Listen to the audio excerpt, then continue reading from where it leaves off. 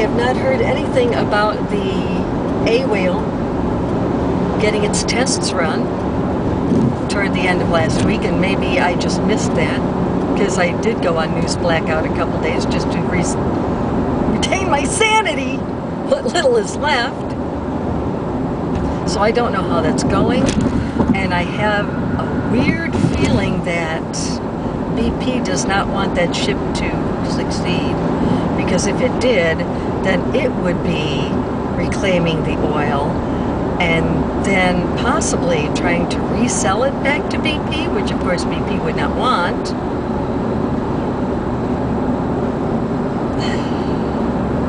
And what I made a comment on that it's Petroapocalypse, but it's Petrocalypse. Petrocalypse,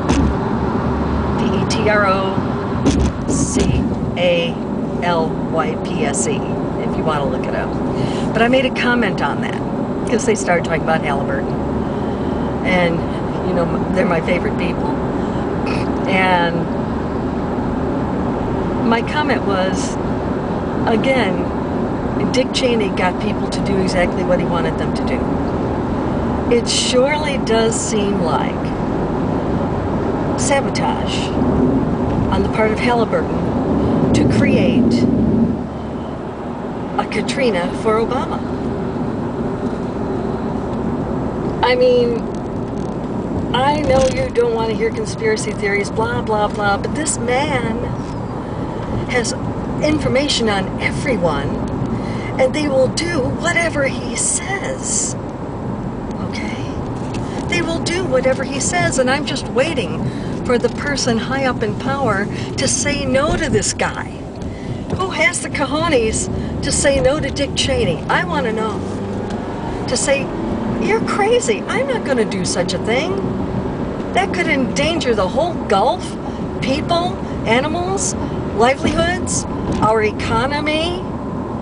Because, of course, the economy is having a severe domino effect from the Gulf. It's spreading out.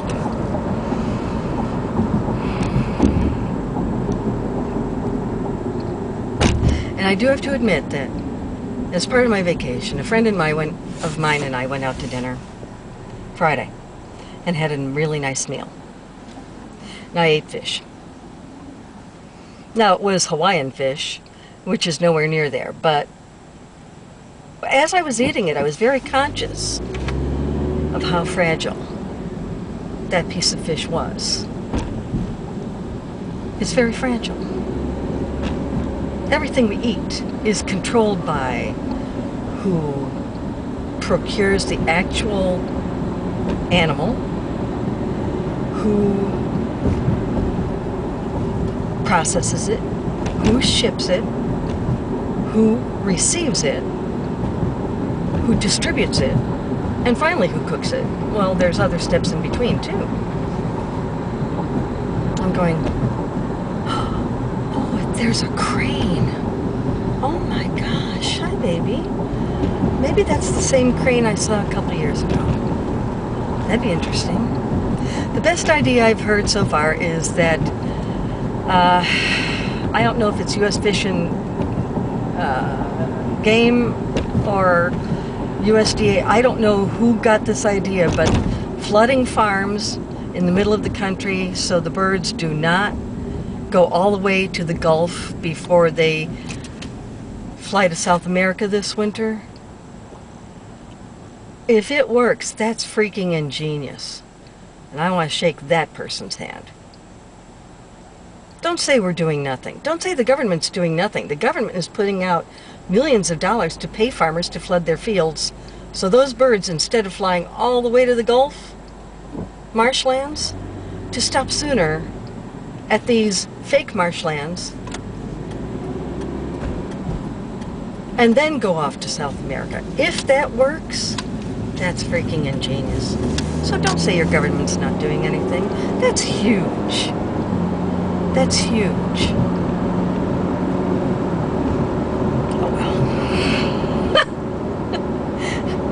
My friend and I were talking about this during our dinner. and getting more whipped up as we went along because we're two thinking people. The dinner was fantastic too. Tin fish at Tinley Park, oh my gosh. Anyway.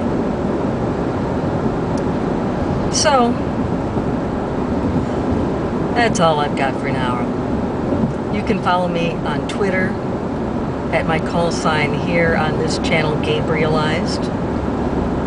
And you can find me on Facebook there too, under that name. If you want to follow my other Twitter channel, which has not been very active, the ID for that one is Peace is a Choice. All one word, Peace is a Choice. But I haven't posted anything there for a while because, damn it, I was on vacation. So, anyway, hope you're doing well and take care of yourselves and be careful out there because some people in power aren't looking out for your best interests. Let's just put it that way. We already knew that, but it's just a little reminder. Talk to you later. Bye-bye.